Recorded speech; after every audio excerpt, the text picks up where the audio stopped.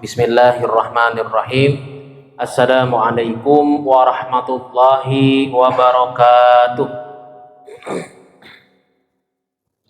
Alhamdulillahi wa kafa, wassalatu wassalamu ala al-mustafa.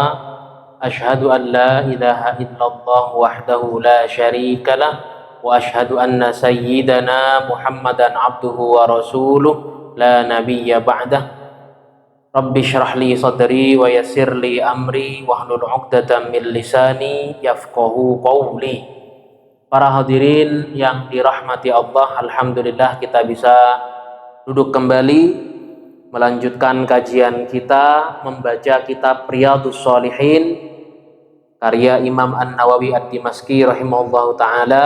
Semoga Allah memberikan rahmahnya dan juga menjadikan ini sebagai pahala jariah untuk beliau dan manfaat untuk kita semua.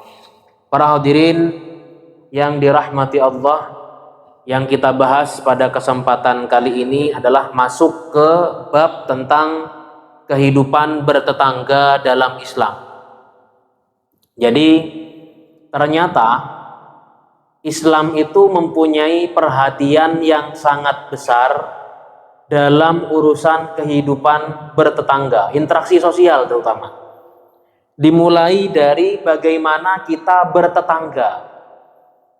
Maka ada ayat-ayat Al-Quran, ada banyak hadis yang bahkan berbicara banyak tentang prinsip bertetangga itu sebenarnya seperti apa. Gitu ya. Nah kalau kita di zaman ini, apalagi di perkotaan, ada yang jatuh itu mana?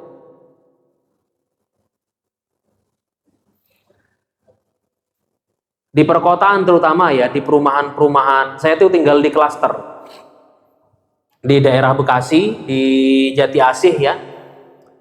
Saya tinggal di sebuah klaster dan kami berupaya untuk tidak menjadikan klaster itu seperti tempat huni yang sepi gitu ya. Jadi kami sepakat untuk tidak memagar rumah kami, Pak. Memang nggak boleh gitu kan ya, tapi biasanya kan setelah beberapa tahun biasanya kan ada yang dipagar, ditutup gitu. Nah, tapi kami sepakat untuk tidak. Kenapa? Supaya kita bisa saling sapa. Karena ternyata ya kita ini kadang-kadang untuk beberapa hal yang kita butuhkan itu adalah bantuan tetangga kita. Nanti urusan meninggal tuh yang tahu duluan tetangga tuh. Ya, urusan kebutuhan apa, kebutuhan ini dan itu lain sebagainya, kita biasanya ke tetangga. Ya, nanya tukang untuk benerin rumah yang cocok siapa. Gitu kan, tetangga juga tuh yang tahu tuh. Maka bertetangga itu kalau di kita nih di sekarang ya, di kota-kota ini, di Jakarta, Jabodetabek lah, rumah-rumah itu sekarang udah pagarnya tinggi-tinggi, hidupnya udah ya nafsi-nafsi gitu ya, kayak lagu Rhoma Irama gitu. Ya, pagarnya tinggi-tinggi, hidupnya nafsi-nafsi, sehingga tidak ada interaksi sama sekali sama tetangga. Padahal kita bisa menggali banyak hadis yang berbicara tentang masalah bagaimana kehidupan bertetangga. Bahkan pahala pun itu ya bisa kita dapatkan, kita kumpulkan itu dengan bertetangga, dengan cara hidup bertetangga sesuai dengan ajaran agama kita ini. Maka dalam kitab ini ada bab tersendiri. Saking pentingnya nih Pak, ya. Saking pentingnya hidup bertetangga itu ada bab tersendiri dalam kitab Riyadhus Shalihin, dikumpulkan hadis-hadis yang sahih gitu ya, dikumpulkan hadis-hadis yang kuat, yang mutawatir tentang masalah hidup bertetangga. Maka di sini dikatakan babu haqqil jari wal wasiyatu bihi. Bab tentang hak bertetangga dan saling berwasiat. Ausana dinuna al-islami bil jari. Agama kita ini mewasiatkan kepada kita untuk kehidupan bertetangga. Wa aujaba alaina al-ihsan ilaihi bit ta'ami wa ghairihi. Ya. Dan mewajibkan kepada kita untuk berbuat baik kepada tetangga dengan cara apa? Saling berbagi makanan dan cara-cara lainnya. Kalau zaman sekarang bukan cuma berbagi makanan ya. Kalau saya tuh pernah ngontrak di daerah Poltangan Pak, dari sini deket nih lurus gitu ya, daerah Poltangan tuh pasar Minggu tuh, itu rumahnya dempet-dempetan gitu ya, di gang kecil gitu, gang sempit, tapi rukun tuh, guyup tuh, kehidupan bertetangganya, ya. Jadi kadang ngerujak bareng, kadang masak nasi namanya itu Pak? Nasi lewat begitu ya, bertetangga tuh. Nggak makan bareng tuh di situ tuh, gangnya kecil padahal. Tapi saling pindah-pindah ini, ya itu rukun tuh kayak gitu tuh, gitu ya. Wa adamu udhiyatihi, ya tidak boleh ada, dari kata ada nih berarti tidak boleh saling menyakiti gitu ya. Wa hurrima alaina tatallu ila aurati, dan diharamkan bagi kita untuk saling melihat ke aurat tetangganya. Aurat tuh bukan cuman masalah aurat badan, tapi pengen tahu urusan dalam rumahnya tetangga itu juga ya tatallu ila auratihi maknanya gitu Pak.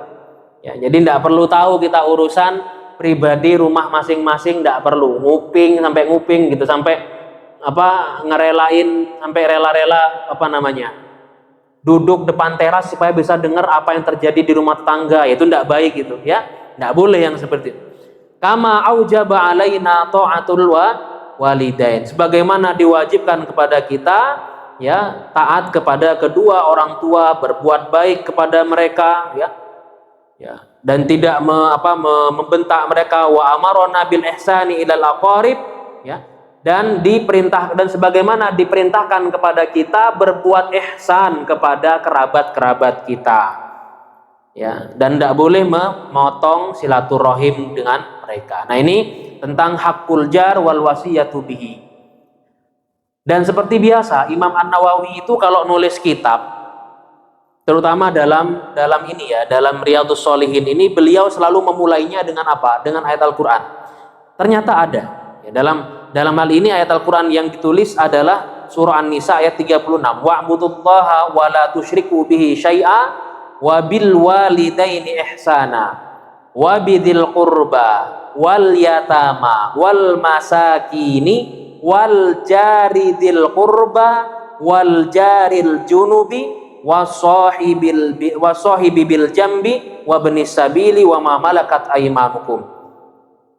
Ini unik Pak, ayat ini unik. Coba kita ulik ya di sini ya. Hendaklah kamu beribadah kepada Allah dan janganlah kamu sekutukan Dia dengan sesuatu apapun juga. Hendaklah kalian semua berbuat baik kepada siapa? Orang tua, kemudian kerabat, kemudian anak-anak yatim, kemudian orang miskin, kemudian tetangga yang dekat, kemudian tetangga yang jauh, ya, kemudian sahabat-sahabat, kemudian orang musafir terlantar, dan juga hamba yang kamu miliki. Nah, coba di sini berbuat ihsan kepada tetangga itu satu ayat disandingkan dengan apa? Dengan ketauhidan. Buktinya apa? Pertama, dalam satu ayat ada redaksi dilarang menyekutukan Allah.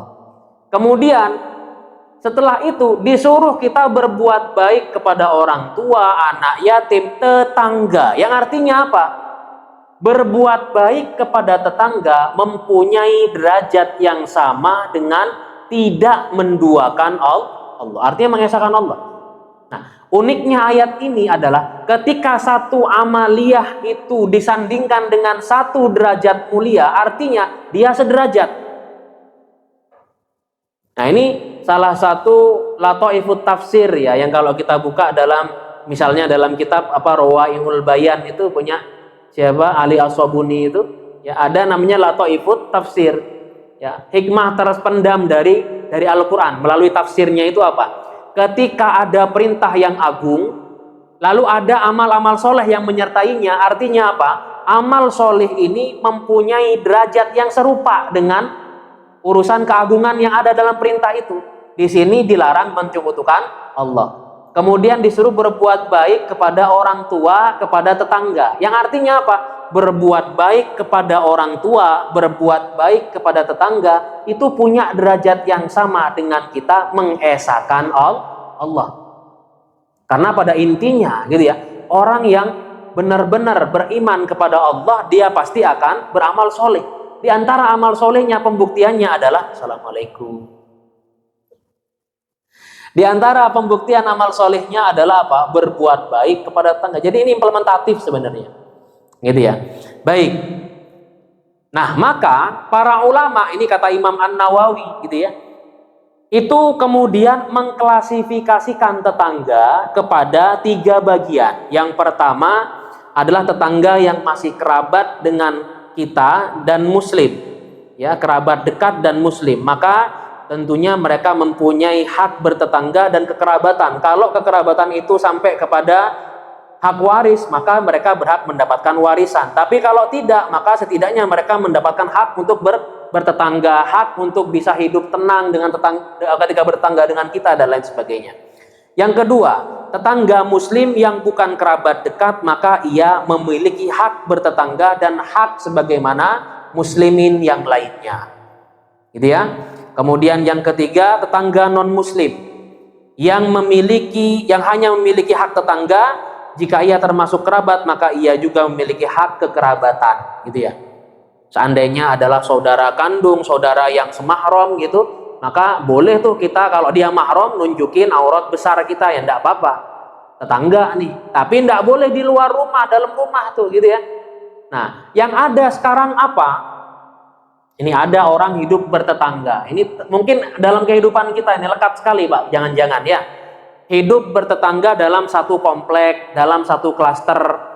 Si ibu-ibu ini kalau keluar rumah ke kondangan, ke pasar, kemana, dia selalu pakai jilbab tuh. Tapi keluar rumah untuk sekedar jemur baju, untuk sekedar nyiram bunga gitu ya, untuk nyiram bunga, dia nggak pakai jilbab tuh, sehingga tetangganya tuh ngelihat.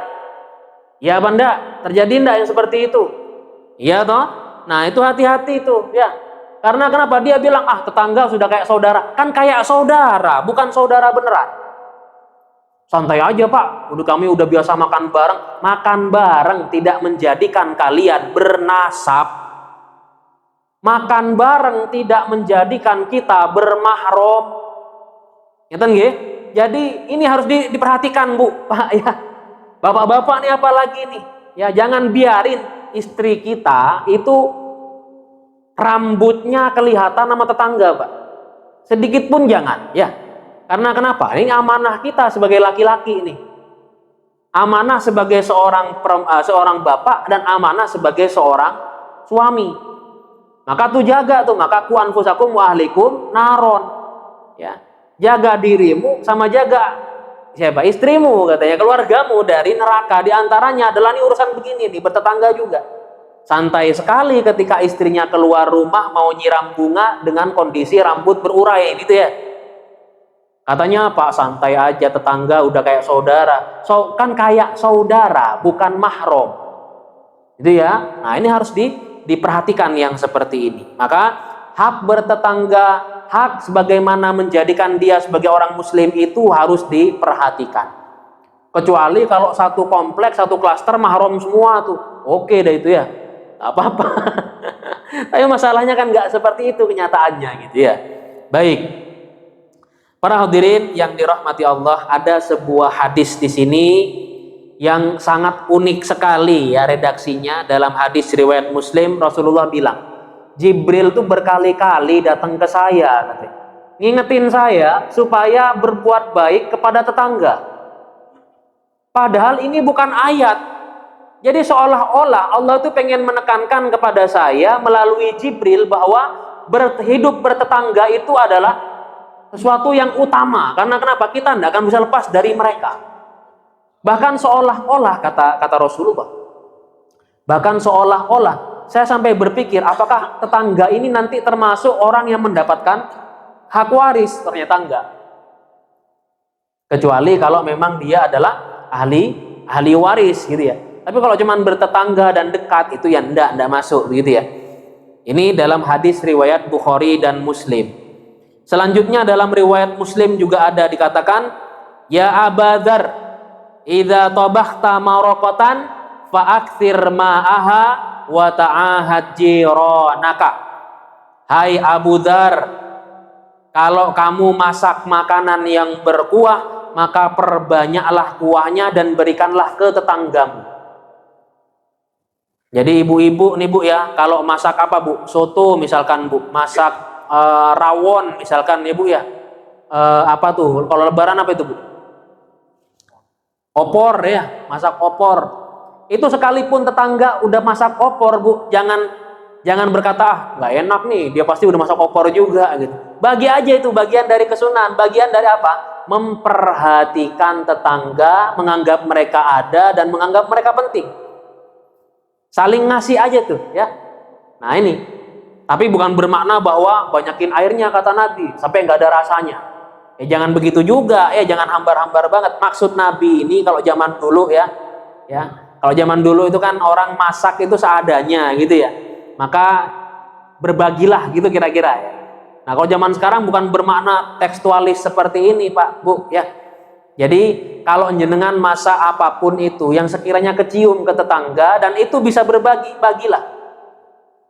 Nah ini dilanjutkan dengan hadis yang lainnya. Di sini dikatakan ya, An Abi Hurairah radhiyallahu anhu anna Nabi sallallahu alaihi wasallam qala wallahi. Nah ini sampai ada kata qasam dari Rasulullah, wallahi, bersumpah beliau, la yu'minu, wallahi la yu'min, 3 kali beliau bilang la yu'min, la yu'min, la yu'min alladzi la ya'manu jaruhu bawa'iqahu gitu ya.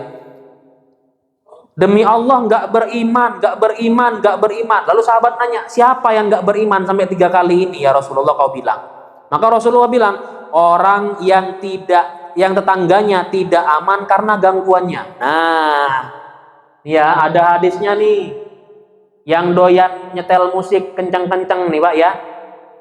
Yang doyan muter musik kencang-kencang sampai tetangganya terganggu di jam-jam istirahat tetangga, gitu ya. Ini ada hadisnya nih.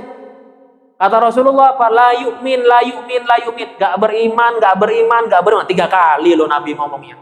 Loh siapa yang gak beriman ya Rasulullah? Yang membuat tetangganya gak merasa aman, gak merasa tentram, gak nyaman tinggal di rumahnya bertetangga dengan dia. Karena kenapa? Bisa jadi dengan segala hal, berisiknya lah, gitu ya. Pelihara hewan yang mengganggu tetangga, sekalipun cuma kucing. Ada kan tetangga pelihara kucing, giliran pupnya itu dibuang, pupnya kucingnya itu di rumah kita gitu. Nah itu hati-hati dengan hadis yang seperti ini ya. Jadi kalau jenengan semua punya ayam, punya kucing, punya apa lagi hewan-hewan yang dipelihara itu ya, itu pastikan itu tidak membuat usil kepada tetangga kita. Anda punya apa misalkan motor ya, motor yang kencang itu ya suaranya, itu juga kalau bisa jangan sampai mengganggu tetangga kita. Ini Rasulullah sendiri bilang ya. Rasul bilang apa? La yu'min, la yu'min, la yu'min kan. Ya, itu sampai 3 kali. Artinya apa? Benar-benar keimanan kita itu diminta dibuktikan, salah satunya dengan apa? Salah satunya dengan berbuat baik kepada tetangga, jangan usil, jangan berisik. Ya. Kemudian ya nisaul muslimat, hai ibu-ibu. Nah ini Rasulullah bilang nih ke mak-mak nih, ya. La tuhkiranna jaratun li jaratiha walau firsana syatin, ya. Walau firsana syatin. Wahai para wanita muslimah, janganlah kalian merasa hina untuk memberi sesuatu kepada tetangga kalian walaupun hanya kikil kambing. Wah kalau orang Padang tuh bukan ini tuh. Jadi apa namanya itu kalau kikil tuh? Gulai ya. Apa sih namanya kalau di rumah makan Padang itu loh? Tunjang, ya kan ya, tunjang ya Bu ya. Nah, kalau orang Arab kan itu nganggep itu makanan yang agak bawah, level bawah gitu ya. Nah, kami di Pakistan itu dulu waktu kuliah di Pakistan, kita itu kalau pengen makan enak ketika uang itu sudah habis Pak. Ini buat bapak-bapak yang anak-anaknya nanti mau disekolahin di Pakistan ya, kuliah di Pakistan atau di Mesir sana, itu kalau lagi musim uang sudah menipis tapi pengen makan enak, datang aja tuh ke Jagal Ayam. Nanti kita minta bagian hati, bagian rempela gitu ya, itu gratis tuh. Karena kenapa? Bagi mereka itu nggak dianggap termasuk kikil tuh Pak ya. Termasuk kikil tuh ya dikasih gitu aja udah gitu ya, sama para pedagang gitu. Nah ternyata di Indonesia ini bukan suatu yang hina ya. Yang intinya apa? Kok dari hadis ini Bapak Ibu kalau punya makanan yang seremeh apapun itu jangan ragu-ragu untuk jangan gengsi untuk berbagi ke tetangga. Tahun 2 tahun yang lalu kami itu pindah ke klaster gitu ya. Kami beli rumah di klaster. Terus kan saya sebelumnya biasa tinggal dalam gang kecil gitu ya di Poltangan itu. Yang kita kalau pulang kampung habis balik dari Bondowoso dari Jawa Timur, meskipun yang kita bawa cuman kerupuk aja itu kita bagi-bagi tetangga, Pak. Ini kerupuk nih Jawa Timur, ini tape gitu kan dari Bondowoso ya tape ya. Kita bagi-bagi ke tetangga. Begitu kita pindah ke ke klaster, kok seolah-olah levelnya beda ya gitu. Istri saya sampai bilang, ini kalau kita bagi ke tetangga kira-kira cocok nggak ya? Saya bilang, ini ada hadisnya. Jangan merasa hina meskipun cuman punya kerupuk gitu ya. Bagi aja ke tetangga. Itu bagian dari apa? Bagian dari interaksi yang baik kita dengan tetangga. Menjaga silaturahim, Pak. Sekecil apapun itu. Akhirnya, ya, nggak ada yang gengsi itu. Dimulai dari kami waktu itu ya. Dimulai dari kami cuman bawa tape waktu itu sama beberapa makanan-makanan ringan dari kampung gitu. Kita bagi ke tetangga. Setiap rumah tuh paling cuma dapat dua bungkus bagian kecil gitu lah. Kita bagi. Ya, sekalipun itu kecil, remeh barangkali, tapi ini kan bermakna bahwa ini adalah bagian dari perhatian kami kepada mereka. Akhirnya nggak ada yang gengsi itu ternyata tetangga-tetangga itu saling berbagi itu, gitu ya. Masuk di bulan Muharram itu sudah kayak kampung aja itu di klaster kami itu. Ada yang ngasih nasi kuning, ada yang ngasih apa gitu. Nah, itu keren itu yang seperti itu, Pak. Ya, kalau kita berupaya untuk menjaga gengsi kita, nggak enak nih komplek gede gitu. Masa cuma ngasih kerupuk ke tetangga? Enggak apa-apa, ada hadisnya. Ini bagian dari apa? Cara kita menjaga silaturahim kita dengan orang lain, dengan tetangga kita. Nanti ada banyak urusan yang kita akan perlu dengan tetangga kita, Pak. Ya, termasuk nanti ujung-ujungnya kematian itu kita butuhkan tetangga kita. Ya, dibandingkan orang yang dekat dengan kita tapi rumahnya jauh, yang kita butuhkan tetangga kita itu. Nggak bisa ndak itu sudah, gitu ya. Maka ayo hindarkan permusuhan dengan tetangga, gitu ya. Baik. Kemudian Rasulullah Shallallahu Alaihi Wasallam bersabda, la yamna'u jarun jarahu ayyagriza hasyabatan fi jidarihi. Ini konteksnya konteks lama ya Pak ya. Jadi kalau orang dulu tuh bikin rumah, kalau dia bikin atap dari kayu begitu kan ya, atap dari kayu, itu sama Rasulullah dilarang untuk melarang tetangganya melakukan demikian. Karena kenapa? Karena itu untuk kenyamanan si tetangga dan kenyamanan kita juga. Karena kalau dibikin jalur atap dengan kayu itu kan bisa miring begini sehingga si tetangga sendiri itu juga akan aman dari percikan air dan lain sebagainya gitu. Maka Rasulullah bilang jangan kau pernah cegah. Karena kenapa? Ini bermanfaat juga untukmu, gitu ya kira-kira. Lanjut dengan hadis selanjutnya. Dari Abu Hurairah radhiyallahu anhu bahwa Rasulullah bersabda, barang siapa yang beriman kepada Allah dan hari akhir, maka hendaknya tidak mengganggu tetangganya. Barang siapa yang beriman kepada Allah dan hari akhir, maka hendaklah ia memuliakan tamunya, dan barang siapa yang beriman kepada Allah dan hari akhir, hendaklah ia berkata baik atau diam. Lihat Pak, tadi Al-Qur'an ya, Al-Quran tadi menyandingkan berbuat baik kepada tetangga dengan urusan ketauhidan. Sekarang Rasulullah bilang la yu'min, gak beriman. Siapa ya Rasulullah? Orang yang nyakitin tetangganya. Dalam hadis yang satu sekarang ini ya, Rasulullah bilang man kana yu'minu billahi wal yaumil akhir, barang siapa yang beriman kepada Allah dan hari akhir, maka hendaklah dia mengikram, menghargai tetangganya. Artinya apa Pak? Iman itu tidak cukup hanya dengan klaim belaka. Saya beriman kepada Allah. Anda jangan gak usah menilai keimanan saya. Oh enggak. Iman itu tetap butuh pembuktian. Di antara pembuktian dari keimanan kita adalah apa? Berbuat baik kepada tetangga, gitu ya. Baik, kemudian, ini sama sebenarnya berkata baik ya. Dalam hadis riwayat Aisyah, aku bertanya, wahai Rasulullah, sungguhnya aku mempunyai 2 tetangga, maka siapakah yang harus aku dahulukan di antara mereka? Maka Rasulullah bilang, Berdahulukanlah tetangga yang lebih dekat pintunya denganmu. Nah, pintu yang lebih dekat nih ke tetangga yang mana gitu ya? Yang kanan apa yang kiri? Ternyata rumah kita kanan kiri ada pintunya. Ya sudah, ya sama-sama didahulukan itu dua-duanya gitu ya. Nah itu Pak Bu. Jadi kalau dalam Islam itu dianggap bertetangga itu bagaimana? Ya dalam fikihnya bertetangga itu 40 rumah ke depan, 40 rumah samping, 40 rumah belakang. Nah itu tetangga namanya semuanya itu. Tapi ada yang namanya jaridil qurba, yang termasuk dalam kategori jar atau tetangga yang dekat atau kerabat itu adalah yang paling dekat dengan rumah kita. Kalau yang 40 ke depan, yang urusan rumah ke 40 itu yang jauh, itu tetangga jauh namanya gitu ya. Nah maka yang didahulukan yang dekat dengan pintu kita. Entah yang kanan, yang depan, yang kiri, yang belakang. Itu semuanya adalah tetangga kita yang harus kita prioritaskan. Bahkan nih Pak, bahkan ya ada pendapat begini. Kalau Anda sudah kena wajib zakat, Anda sudah kena wajib zakat dan Anda melihat bahwa tetangga Anda yang sebelah kanan ini adalah golongan yang wajib zakat, tidak usah jauh-jauh ke lembaga sosial Anda, tidak usah jauh-jauh ke lembaga amil zakat, dia dulu tuh yang perlu dikasih. Ya, dia dulu yang perlu Anda salurkan untuk zakatnya gitu. Nah itu saking pentingnya bertetangga sampai urusan keimanan kita tolak ukurnya adalah bagaimana kita bertetangga. Usikum wa nafsi bitaqwallah. Semoga ini menjadi amal soleh untuk kita semuanya, menjadi manfaat untuk kita semuanya.